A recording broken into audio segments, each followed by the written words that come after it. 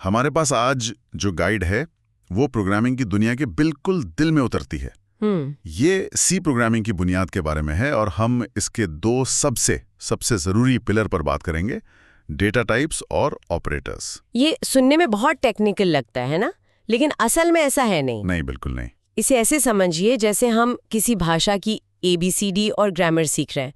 इनके बिना आप कोई कहानी या कविता नहीं लिख सकते। सही बात है। वैसे ही इनके बिना आप कोई प्रोग्राम नहीं बना सकते। बिल्कुल। तो आज हमारा मिशन क्या है? मान लीजिए कि हम एक बहुत ही सिंपल सा वीडियो गेम बना रहे हैं। अच्छा। तो उस गेम को बनाने के लिए हमें सबसे पहले किन चीजों की जरूरत पड़ेगी? हमें खिलाड़ी का स्कोर कहीं रखना होगा, उसकी हेल्थ कहीं दिखानी होगी। ये सब कैसे होता है? चलिए इसी सवाल का जवाब ढूंढते हैं। बहुत बढ़िया।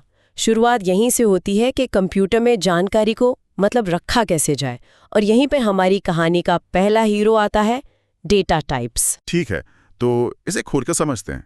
Data types. सोर्स कहता है कि ये बताते हैं कि एक वेरिएबल यानी जानकारी रखने वाला डब्बा किस तरह की चीज अपने अंदर रख सकता है। हाँ। ये घर की अलमारी में अलग अलग साइज के दराज बनाने जैसा है ना? एक में रुमाल, एक में स्वेटर। वाह, ये तो बहुत बढ़िया मिसाल है। हर दराज एक खास काम के लिए होता है। हमें कंप्यूटर को साफ साफ बताना पड़ता है कि उसे किसी जानकारी के लिए कितनी मेमोरी या जगह देनी है। अच्छा। और ये भी बताना होता है कि उस जगह में क्या रखा जाएगा। क्या वो कोई पूरी संख्या होगी, दशमलव वाली संख्या होगी, या फिर कोई अक्षर। गाइड में 4 मुख्य प्रकारों का जिक्र है। सबसे पहले इंट यानी इंटीजर। ये पूरी संख्याओं के लिए है, चाहे वो प्लस में हो या माइनस में हो। जैसे गेम में हमारा स्कोर इज इक्वल्स टू 150। हाँ, लेकिन यहाँ एक मजेदार बात है। इसकी एक सीमा होती है। गाइड के हिसाब से एक इंट कंप्यूटर में 4 बाइट्स की जगह लेता है। 4 बाइट्स का मतलब है 32 बिट्स, यानी 32 छोटे छोटे ऑन ऑफ स्विच। 32 स्विच? इसका क्या मतलब हुआ? इसका मतलब है कि कंप्यूटर 2 की घात 32 तक ही गिनती कर सकता है, जो करीब 4.2 अरब होता है। अब इसमें से आधी संख्याएं प्लस के लिए और आधी माइनस के लिए रख दी जाती हैं। अच्छा। तो हमें मिलता है -2.1 अरब से +2.1 अरब तक का दायरा। ये सिर्फ एक टेक्निकल बात नहीं है, इसका असल दुनिया में बड़ा असर होता है। जैसे कि? एक बहुत मशहूर कहानी है सिविलाइजेशन नाम के एक गेम की। हाँ, सुना है मैंने। उसमें गांधी जी का गुस्सा मापने के लिए एक नंबर था जो 1 से शुरू होता था। जब खिलाड़ी कुछ खास काम करते तो ये नंबर 1 से घटकर 0 और फिर -1 हो जाता। ठीक है। लेकिन प्रोग्राम में एक गलती की वजह से जब ये नंबर 0 से नीचे जाता तो वो घूमकर सबसे बड़ी संख्या यानी 255 पर पहुंच जाता। क्या बात कर रही हैं? हाँ। नतीजा, शांति के पुजारी गांधी जी अचानक गेम में सबसे ज्यादा आक्रामक हो जाते और न्यूक्लियर बम चलाने लगते थे। इसे इंटीजर ओवरफ्लो कहते हैं। अरे वाह, मतलब एक छोटे से नंबर की सीमा की वजह से पूरा का पूरा गेम ही बदल गया। बिल्कुल। ठीक है, तो पूरी संख्याएं तो इंट में आ गई, लेकिन असल दुनिया तो दशमलव से भरी है। कीमतें, वजन, तापमान, इन जैसी चीजों को सी कैसे संभालता है? उसके लिए हमारे पास है फ्लोट और डबल। दोनों ही दशमलव वाली संख्याओं के लिए हैं। फ्लोट भी 4 बाइट्स लेता है, जैसे प्राइस इक्वल्स टू 99.50। एक मिनट रुकिए, गाइड में डबल का भी जिक्र है जो बड़े दशमलव वाले नंबरों के लिए है। अगर डबल ज्यादा सटीक है तो कोई फ्लोट का इस्तेमाल क्यों करेगा? क्या डबल हमेशा बेहतर विकल्प नहीं है? ये तो ऐसा हुआ जैसे आप एक धुंधली तस्वीर के बजाय हमेशा एक HD तस्वीर ही चुनेंगे। आपका सवाल बहुत अच्छा है और इसका जवाब ट्रेड ऑफ यानी लेन देन में छुपा है। Trade off? हाँ। फ्लोट लगभग 6-7 दशमलव अंकों तक सटीक होता है, वहीं डबल 8 बाइट्स की जगह लेता है और 15 अंकों तक सटीकता दे सकता है। अच्छा, तो मेमोरी डबल लेता है? हाँ। अब सोचिए, अगर आप एक दुकान के लिए बिलिंग सॉफ्टवेयर बना रहे हैं तो फ्लोट ठीक है, क्योंकि 99.50 रुपए को 99.50001 लिखने से ज्यादा फर्क नहीं पड़ेगा और आपकी मेमोरी भी बचेगी। सही बात है। लेकिन अगर आप ISO के लिए मंगलयान का रास्ता कैलकुलेट कर रहे हैं तो दशमलव के बाद की छोटी सी भी गलती रॉकेट को हजारों किलोमीटर दूर भटका सकती है। ओहो। वहां पर डबल का इस्तेमाल करना जान बचाने जैसा है, भले ही वो ज्यादा मेमोरी ले रहा हो। तो ये सब जरूरत और संसाधन के बीच संतुलन बनाने के बारे में है। समझ गया। और आखिर में है 4, जो एक अकेले अक्षर को सहेजता है, जैसे प्लेयर का grade equals to A। Guide कहता है कि इसे हमेशा सिंगल कोट्स में लिखना चाहिए। ये सिर्फ 1 बाइट लेता है, जो बहुत कम है। बिल्कुल। तो अब हमारे गेम के लिए हमारे पास हथियार तैयार हैं। स्कोर के लिए इंट, हेल्थ पॉइंट्स के लिए फ्लोट। जैसे 98.5% हेल्थ। हाँ, और प्लेयर के नाम के पहले अक्षर के लिए 4। अब जब हमारे पास जानकारी रखने के लिए ये कंटेनर है, तो सवाल उठता है कि हम इस जानकारी के साथ कुछ काम कैसे करें। यहीं पर ऑपरेटर्स आते हैं। ये हमारे गेम के एक्शन हीरो हैं। बिल्कुल। गाइड इन्हें 4 हिस्सों में बांटता है। सबसे पहले हैं अरिथमेटिक, यानी गणित वाले ऑपरेटर्स। ये तो हम सबको पता है, जोड़, घटाओ, गुणा, भाग, ये तो स्कूल वाली गणित है। लेकिन यहाँ एक छुपा हुआ सितारा है, परसेंट, जिसे मॉड्यूलस ऑपरेटर कहते हैं। हाँ, ये दिलचस्प है। ये भाग करने के बाद बचा हुआ शेषफल देता है, रिमाइंडर। हाँ, रिमाइंडर। जैसे 10% 3 का जवाब 1 होगा। लेकिन इसका असल इस्तेमाल कहाँ होता है? सम या विषम संख्या जांचना तो बहुत बेसिक लगता है। सम विषम जांचना तो बस शुरुआत है। सोचिए, आपको अपने गेम में हर 10 सेकंड में दुश्मन भेजना है। अच्छा। या फिर किसी प्लेयर को हर 5 मिनट बाद एक पावर अप देना है। ये कैसे पता चलेगा कि 10 सेकंड या 5 मिनट पूरे हो गए हैं? हाँ, सही सवाल है। यहीं पर मॉड्यूलस काम आता है। ये साइकिल या पैटर्न वाले कामों के लिए एक जादुई टूल है। टाइम % 10 = 0 का मतलब है कि 10 सेकंड का चक्र पूरा हो गया है। अच्छा, तो ये पैटर्न पकड़ने के लिए अब समझ आया। ठीक है, गणित हो गया। इसके बाद है रिलेशनल ऑपरेटर्स। इन्हें आप प्रोग्राम का जासूस कह सकते हैं। जासूस? हाँ, इनका काम है 2 चीजों की तुलना करना और बताना कि रिश्ता सही है या गलत। जैसे क्या प्लेयर का स्कोर 1000 से ज्यादा है, ठीक है। या क्या दुश्मन की हेल्थ 0 के बराबर है।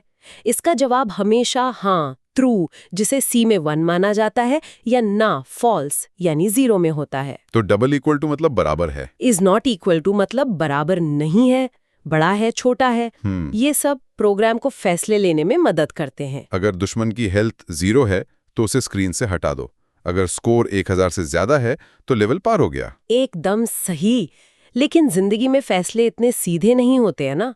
अक्सर हमें कई शर्तों को एक साथ देखना पड़ता है। मतलब? जैसे अगर खिलाड़ी के पास चाबी है और वो दरवाजे के पास है, तभी दरवाजा खुलेगा। सिर्फ एक शर्त की जांच करना काफी नहीं होता। और यहीं पर लॉजिकल ऑपरेटर्स आते हैं, एंड, और नॉट। हाँ, ये शर्तों को जोड़ने का काम करते हैं। बिल्कुल। चलिए उसी उदाहरण को देखते हैं। मान लीजिए player has key equals to true और player at door equals to true. अगर हम बीच में एंड लगा दें तो दरवाजा तभी खुलेगा जब दोनों बातें सच होंगी। अच्छा। अगर एक भी बात झूठी हुई तो दरवाजा बंद रहेगा। और अगर और होता तो इसका मतलब होता अगर खिलाड़ी के पास चाबी है या उसके पास दरवाजा तोड़ने वाला हथौड़ा है। मतलब कोई एक भी चलेगा। हाँ, यहाँ दोनों में से कोई एक भी शर्त पूरी हो जाए तो काम हो जाएगा। ये ऑपरेटर्स हमारे प्रोग्राम को और भी समझदार और असल दुनिया जैसा बना देते हैं। ये तो मजेदार है। जैसे हम कोई तर्क वाली पहेली सुलझा रहे हो। अब आती है आखिरी और सबसे रहस्यमयी कैटेगरी, बिटवाइज ऑपरेटर्स। हाँ, ईमानदारी से कहूं तो ये बिटवाइज वाला हिस्सा थोड़ा ज्यादा जटिल लग रहा है। क्या एक नए प्रोग्रामर को सच में इसकी परवाह करने की जरूरत है, या ये उन विशेषज्ञों के लिए है जो हार्डवेयर के बहुत करीब काम करते हैं? आपका शक जायज है। ये थोड़ा एडवांस्ड लगता है, लेकिन ये C की असली ताकत दिखाता है। बिटवाइज ऑपरेटर्स सीधे 0 और 1 यानी बिट्स पर काम करते हैं। अच्छा, मशीन की अपनी भाषा में। बिल्कुल, ये कंप्यूटर की अपनी भाषा है, इसीलिए ये बहुत बहुत तेज होते हैं। स्रोत में भी इसका जिक्र है। पर इसका फायदा क्या है, एक उदाहरण से समझते हैं। जरूर। मान लीजिए हमारे गेम में खिलाड़ी की कई स्थितियां हो सकती हैं। वो जहर से प्रभावित हो सकता है, वो आग में जल सकता है, या उसे कोई खास शील्ड मिली हो सकती है। इन सबको ट्रैक करने के लिए हम अलग अलग वेरिएबल बना सकते हैं, जैसे is poisoned, is on fire, has shield. लेकिन ये बहुत ज्यादा जगह लेगा। सही बात है। तो इसका छोटा रास्ता क्या है? बिटवाइज हम हर स्थिति को एक नंबर दे देते हैं जो 2 की घात में हो। जैसे जहर = 1, बाइनरी में 001। हाँ, आग = 2, बाइनरी में 010, हाँ, और शील्ड = 4, बाइनरी में 100। अब हम इन सब को एक ही इंट वेरिएबल प्लेयर स्टेटस में रख सकते हैं। वो कैसे? बिटवाइज OR ऑपरेटर से। अगर खिलाड़ी को जहर भी लगा है और उसके पास शील्ड भी है, तो हम करेंगे 1 4, जिसका नतीजा होगा 5, यानी बाइनरी में 101। बिल्कुल।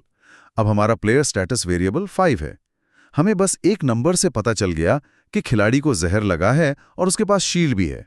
अहे, तो एक ही नंबर में इतनी सारी जानकारी छिप गई। और अगर हमें ये जांचना हो कि क्या खिलाड़ी को जहर लगा है? उसके लिए है बिटवाइज एंड ऑपरेटर। हम जांचेंगे प्लेयर स्टेटस एंड 1। अच्छा। अगर इसका नतीजा 1 आता है तो इसका मतलब है कि जहर वाला बिट ऑन है, यानी उसे जहर लगा है। अगर नतीजा 0 आता है तो नहीं लगा। ये हार्डवेयर के लेवल पर बहुत तेजी से काम करता है और मेमोरी भी बचाता। अच्छा, तो ये ऐसे काम करता है।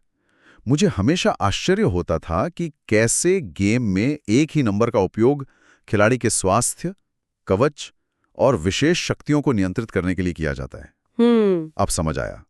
वे सब बिटवाइज ऑपरेशंस का उपयोग करके एक ही वेरिएबल में अलग-अलग फ्लैग सेट कर रहे होते हैं। ये तो पर्दे के पीछे की असली जादूगरी है। ये जादूगरी नहीं, इंजीनियरिंग है। और ये हमें याद दिलाता है कि आखिर में सारा जटिल सॉफ्टवेयर बस जीरोज और 1 के खेल पर ही चलता है। तो इस सब का क्या मतलब है? आज हमने अपने काल्पनिक गेम को बनाने के लिए जरूरी हर चीज को समझा। जानकारी रखने के लिए खास कंटेनर, इंट, फ्लोट, चार। हाँ, और फिर उस जानकारी पर काम करने, फैसले लेने और उसे बदलने के लिए मजबूत औजार यानी ऑपरेटर्स। संक्षिप्त में कहें तो डेटा टाइप्स हमारी कहानी के संज्ञा नाउन्स हैं, स्कोर, हेल्थ, ग्रेड। और ऑपरेटर्स हमारी कहानी की क्रिया वर्ब्स हैं, जोड़ना, तुलना करना, बदलना। कोई भी प्रोग्राम लिखने के लिए आपको इन दोनों की जरूरत पड़ती है। सही है। आप डेटा को परिभाषित करते हैं और फिर ऑपरेटर्स का उपयोग करके बताते हैं कि उस डेटा के साथ क्या करना है। आज हमने सी प्रोग्रामिंग की बुनियाद को खंगाला। ये साफ है कि कैसे हर डेटा टाइप का एक खास मकसद है और कैसे अलग-अलग ऑपरेटर्स हमें डेटा को अपनी मर्जी से चलाने और प्रोग्राम को बुद्धिमान बनाने की ताकत देते हैं। स्रोत में जो एक बात कही गई है कि बिटवाइज ऑपरेटर्स तेज होते हैं, वो एक बहुत बड़ा सवाल खड़ा करती है। क्या? आज के दुनिया में जहां हमारे फोन और कंप्यूटर अविश्वसनीय रूप से तेज हैं, जहां प्रोसेसर एक सेकंड में अरबों काम कर सकते हैं, क्या वहां बिटवाइज ऑपरेशन से मिलने वाली गति का वो छोटा सा हिस्सा सच में कोई मायने रखता है? सोचने वाली बात है। ये हमें परफॉर्मेंस ऑप्टिमाइजेशन यानी प्रदर्शन को बेहतर बनाने की दुनिया में गहराई से झांकने के लिए उकसाता है।